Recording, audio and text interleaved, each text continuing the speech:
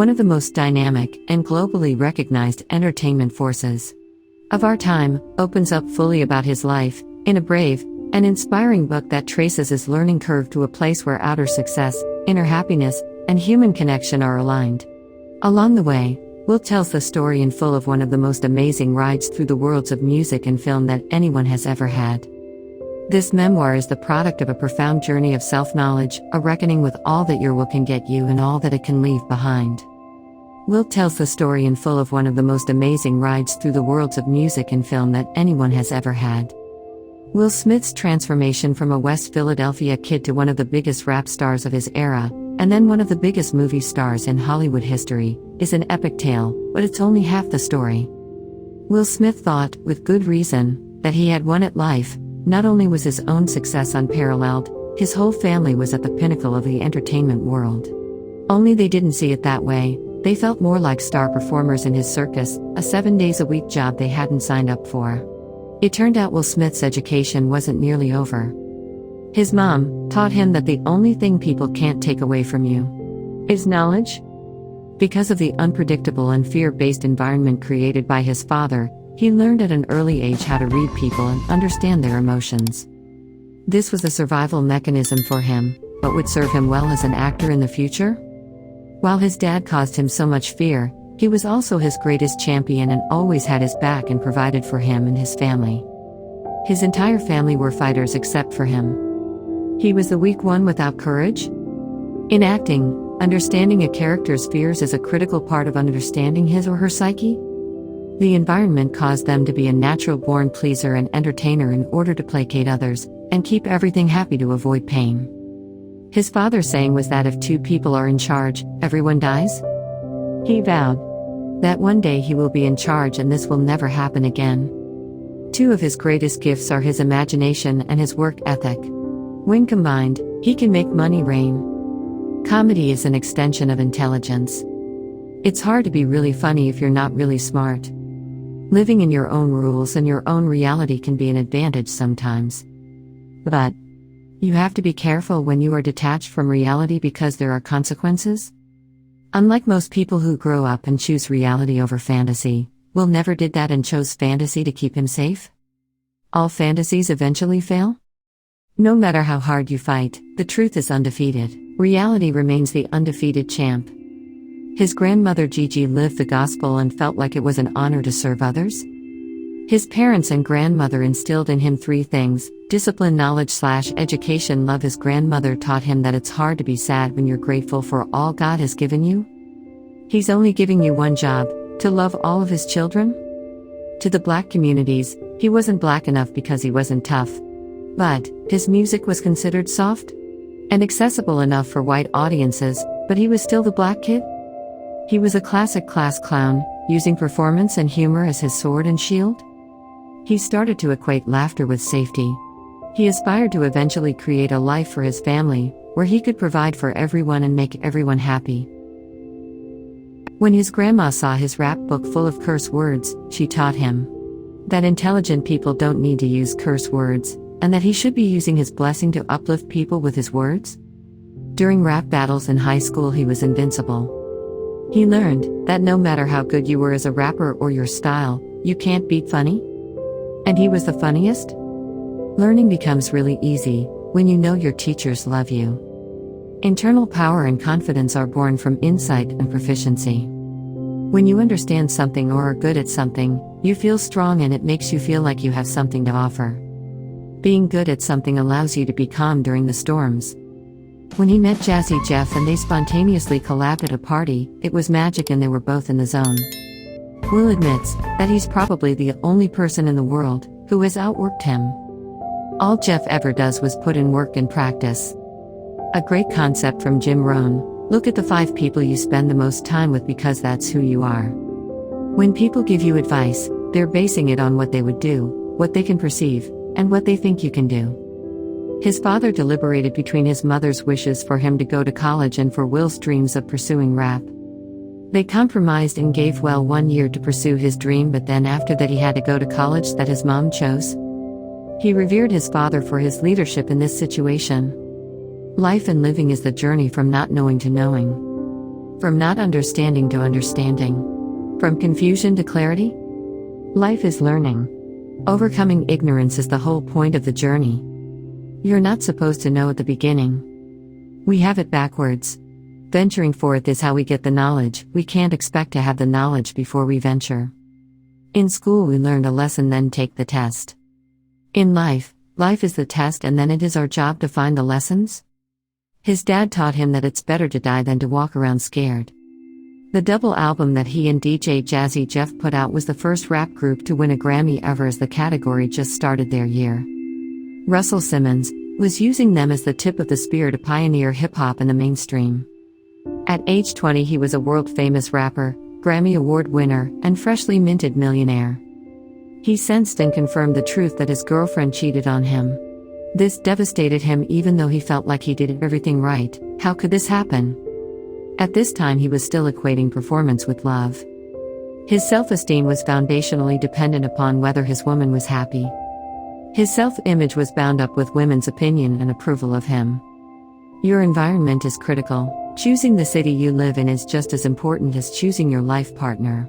It's respectable to lose to the universe. It's a tragedy to lose to yourself. Becoming famous is about as much fun as the material world has to offer. Being famous is a bit of a mixed bag. But fading famous sucks ass. The universe is not logical, it's magical. A major aspect of the pain and mental anguish we experience as humans is that our minds seek and often demand logic and order from an illogical universe. Our minds desperately want shit to add up. But the rules of logic do not apply to the laws of possibility. The universe functions under the laws of magic. Quincy Jones is the type of person who genuinely likes people and thinks they're each a unique work of art. He genuinely finds something interesting about everybody. As soon as he met Quincy and told him he was from Philly, Quincy made the decision that the main character of this TV show would be from Philly and moving to Bel Air, which was where Quincy lived. Terror struck him as he realized that Quincy Jones was asking him to do an impromptu audition for the role at his party in front of NBC executives and a bunch of A-list celebrities. Quincy's superpower was that he was a lightning rod for the magic of the universe, and he prepared himself and the environment for brilliance to come in. Quincy Jones understood that magic demands awareness, faith, and preparation. Quincy orchestrated the magic at the party by having a deal drawn up and signed after his audition in 2 hours. And seemingly overnight, he gained a new family of extraordinarily talented actors. Alfonso even gave him one of the best pieces of advice, which was to have his character name his own. Name Will Smith, because people will call him that for the rest of his life. The production of the pilot for The Fresh Prince of Bel-Air was nothing short of magic. Shows don't happen that fast, but the turnaround was only a span of a few months. He really liked making music, but he loved acting. He felt like it was the thing that set him free and allowed him to fully express his creativity and imagination. Book reference: The Alchemist. We'll say this was the first book he read cover to cover. It penetrated his soul. Change can be scary, but it is utterly unavoidable. In fact, impermanence is the only thing you can truly rely on. If you are unwilling or unable to pivot and adapt to the incessant fluctuating tides of life, you will not enjoy being here. The capacity to adjust and improvise is arguably the single most critical human ability. Things can be perfectly useful and absolutely necessary during certain periods of our lives. But a time will come when we must put them aside or die. His personal and professional crash and burn taught him a harsh universal lesson. Nothing lasts forever, everything rises and falls during the good times. He would plant and nurture the seeds of the next thing. He vowed to never get caught sleeping again. He felt that if he was truly wise, he could time the harvest of the next thing as soon as the current thing died down. He unfortunately came to the same conclusion about love. He would always be ready to chase the new thing, like Tarzan grabbed the next vine as he released the previous one. Therefore, he would never get hurt and could always enjoy the springtime of love. Friday night tapings of The Fresh Prince was so hyped because everyone tried to make it to their live tapings, and the entire cast was so talented and they could perform at any time. It's amazing how skewed your vision can become when you see the present through the lens of your past. When he first heard the track for Summertime at the airport, his mind was blown. For the next 2 hours he channeled the creative energy flowing through him. It was the first and only song he wrote from start to finish without editing anything.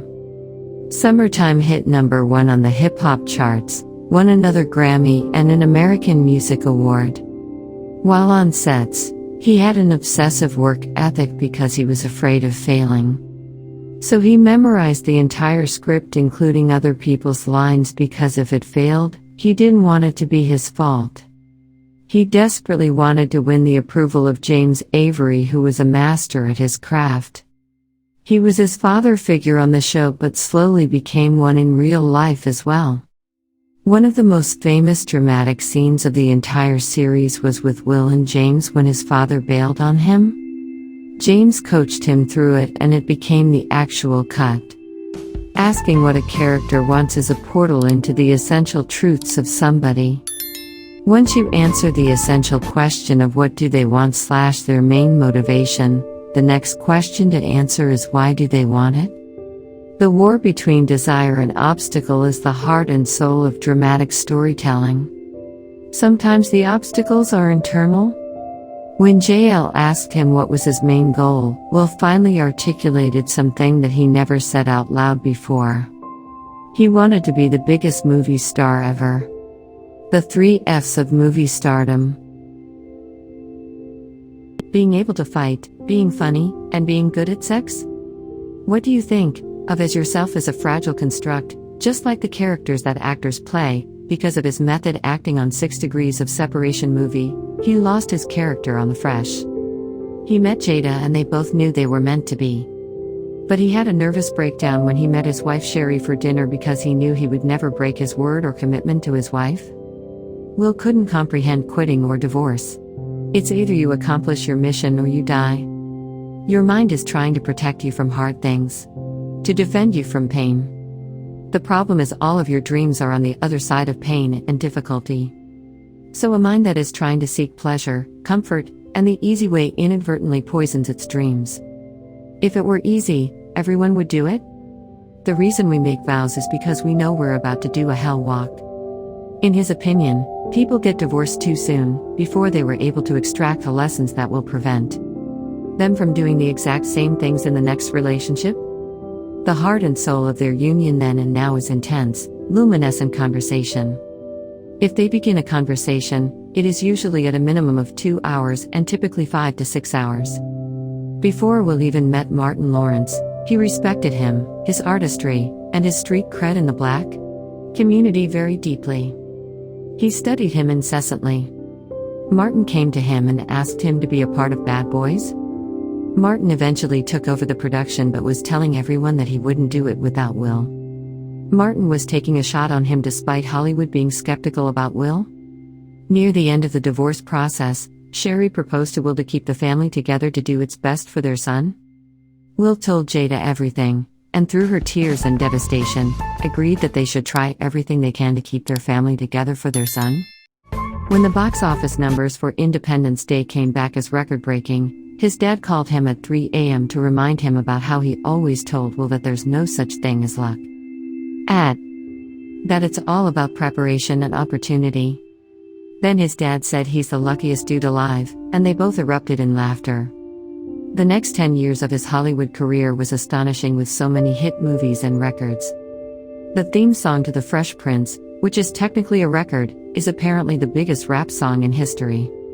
He became the first person in history of Pennsylvania to pay for his own child support when he paid his dad to pay his mom for child support after finally sending in divorce papers 20 years later. She then cut him a check back to Will, being the first person to ever do that. He met Bruce Willis, Arnold Schwarzenegger, Sylvester Stallone, the 3 biggest movie stars and 3 wise men in Hollywood. He asked them with an audacious question of how to become the biggest movie star. Arnold answered for the 3 of them and said to become a biggest movie star, He had to be known around the world, and be big in all markets, not just the United States. He saw that the only person who is better than him, rather the best at global promotion, was Tom Cruise. He had an insane promotional schedule and work ethic. However, the one thing that he could do the others couldn't was using music, and so he started to have promotional concerts. They moved him out of entertainment and into news, which made his promotion a cultural phenomenon. When Independence Day dropped, it became the highest-grossing film at the time, and he was only 27 years old. But he had felt this on top of the world feeling before and was ready for it this time. There are clear differences between music fame, TV show fame, and movie fame. TV fame, people will think you are like close friends and will be offended if you don't interact with them. Music fame makes them associate you with whatever vibe of music you're attached to. Movie fame is like worship. The human mind is a storytelling machine. The creation of narrative is hardwired into us. What we call memory and imagination are essentially just stories that we programmed into our minds as a survival mechanism to protect ourselves and to help us thrive. Great stories illuminate truth? After meeting with Steven Spielberg, he decided to do Men in Black. He mentioned that there's nothing in entertainment more combustible than a hit movie with a hit record as they feed off of each other. After Men in Black came out, and the accolades and records came in, he was the most bankable movie star in the world. He was indisputably the biggest movie star in the world? How can we pursue and fully realize our visions while at the same time cultivating love, a thriving family, and fulfilling relationships? The harsh reality for everyone who loves a dreamer: everything comes second to the dream. Being a great father was central to his vision for his life. He and his ex-wife started to undergo a custody battle of Trey. He called his dad and took his advice to not fight with Trey's mom and let her do her thing, or else his son will hate him for the rest of his life. Just like his dad said, Trey reached out after he turned 13 and wanted to move in with Will. Will's mom had an accident in Turkey and ultimately had to amputate part of her leg. 3 days after she left Turkey, there was an earthquake that killed a lot of people. When he came across the offer to play Muhammad Ali in the upcoming movie, he initially was not up to the challenge and the risk of portraying such a distinct and living legend. He met with Ali and was graced with his warmness. Ali told Will that he would be honored if we would play him in the movie, and that he's been telling people now for years. The 1-year training to become Muhammad Ali was intense, but he was committed to the process of becoming a real fighter. Dreams are built on discipline. Discipline is built on habits. Habits are built on training. And training takes place every single second in every situation of your life. You better do your best all the time or you won't. If the behavior has not been trained and practiced, then the switch will not be there when you need it. The power of Ali's purpose and his lifelong commitment to his principles and service moved people to help with the production of this film to tell the story properly. Purpose and desire can seem similar, but they are different. Sometimes even opposing forces. Desire is personal, narrow, and pointed, and tend toward self-preservation, self-gratification, and short-term gains and pleasures. Purpose is wider, broader, a longer-term vision encompassing the benefit of others. Something outside of yourself you're willing to fight for. Desire is what you want. Purpose is the flowering of what you are. Desire tends to weaken over time, whereas purpose strengthens the more you lean into it. Desire can be depleting because it is insatiable. Purpose is empowering. It's a stronger engine. Reference to Viktor Frankl. In some ways, suffering ceases to be suffering at the moment it finds a meaning, such as the meaning of a sacrifice. A noble aim engenders positive feelings when we pursue what we believe to be a profound and valuable goal. It stirs the best parts of ourselves and others. He's not really a man of regret, but one of his greatest regrets was not taking Nelson Mandela up on his offer to spend more time with him. Deep down, he was probably afraid that he wouldn't live up to the impression that he felt Mandela held him to. During their hot streak, his entire team collectively strove for excellence in everything they did in order to support the team effort. He is a dreamer and a builder. He pictures grand visions and then he builds systems to make them real in the world. That is his love language. He wants to help the people he loves build extraordinary lives for themselves, but it demands that they be willing to grind and sacrifice, but most importantly, they have to trust him. It is impossible to build a thing of a higher quality than the quality of the people around you. There's only one fear worse than the fear of not obtaining the object of your desire, and that is the fear of losing the object of your desire. Will was a masterful Monopoly player, but he eventually realized his fault of thinking he needed to be a perfect warrior around his family when he should have been bonding with them. Jada forecasted as his son on the pursuit of happiness, and this situation was perfection for Will. He could parent at work and teach his son. His unprecedented Hollywood success made him realize that he conflated success with being loved and being happy, which were three separate things. The pursuit of material success is insatiable and leaves you always wanting more, but never happy. He got invited onto Oprah to showcase his family, and Will felt like his successful family empire was complete. After Willow's tour, she asked him, "Does it matter to you how I feel?" He realized it was such an earth-shaking and existential human question to him and to us all. He realized that in that moment, his worldview put his and everyone else's feelings a lower down the priority list, below doing what was necessary to survive and thrive, despite their feelings. Feelings are like fire that are useful and productive. But when unchecked, they can destroy your dreams and goals. He had the shocking realization, people don't give a shit about anything except how they feel. Feeling good is the most important thing to everyone everywhere at all times. He cared more about people's well-being than their feelings because he believed feelings were skewed and not always true. People don't care about what you think and feel. They care about what they think and feel. Movie reference. After Earth, this would be his family project to save his family and bring them together for the movie. His main focus was to consider his son's feelings. The result was that he wasn't as focused on the production and quality of the film, which ended up being a box office failure.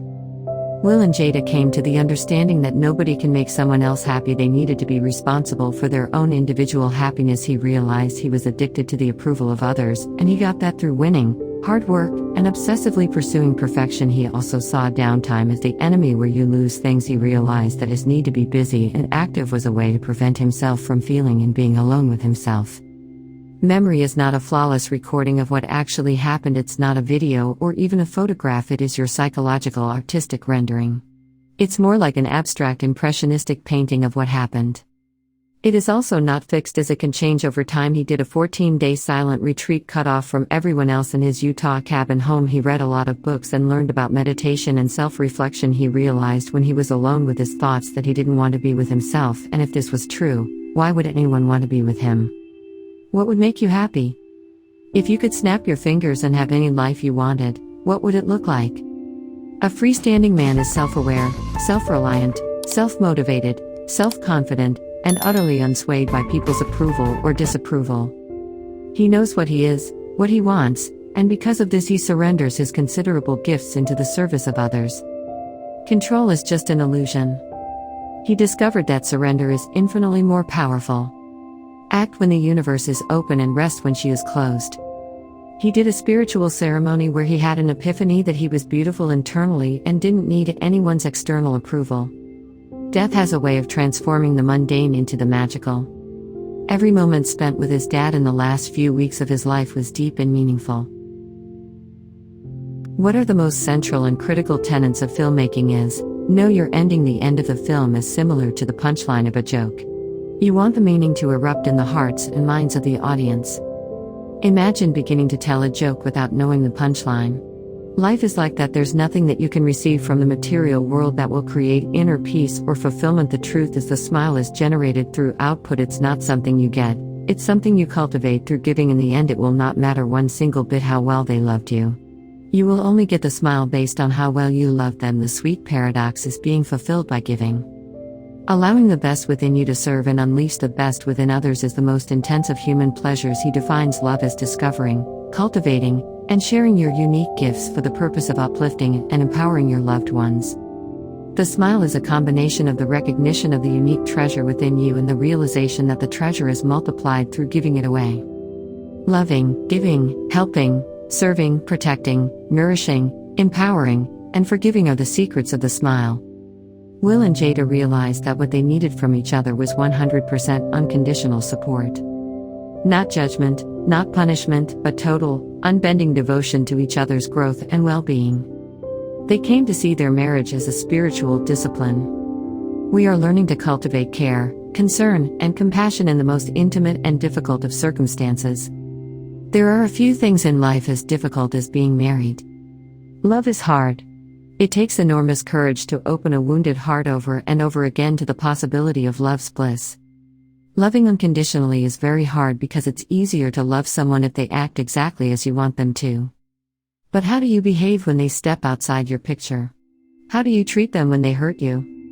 Love demands bravery, a willingness to risk it all. Bravery doesn't mean absence of fear. Bravery is learning to continue forward even if you're terrified. He realized that for some reason God placed the most beautiful things in life on the other side of our worst terrors. Closing thoughts. Wow. I haven't read an autobiography of this caliber in a long time. Even after a couple months, it still has an impact on me. Honestly, I wasn't expecting to get this much from this book. While I generally love reading the memoirs of famous and successful people, I especially enjoy those works by figures I personally respect or at least thoroughly appreciate the work they put out. However, I got a lot more than I thought I would by the end. It's great when a book makes me go back to pop culture references that I'm personally familiar with. Several times during my listening of this book, I stopped to Wikipedia a movie he was in, some clips of his show, and listened to his music. Knowing the backstory and process of making something creates such a new experience when revisiting that piece of work. Not only is the story behind the persona Will Smith captivating from start to finish, but his insights on artistry, career success, relationships, love, and life are deeply profound.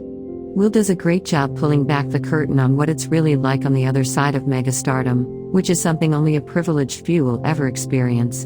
And for that, I'm extremely grateful. Moreover, his vulnerability with his struggles make the lessons even more profound for the reader. Overall, I highly recommend this book.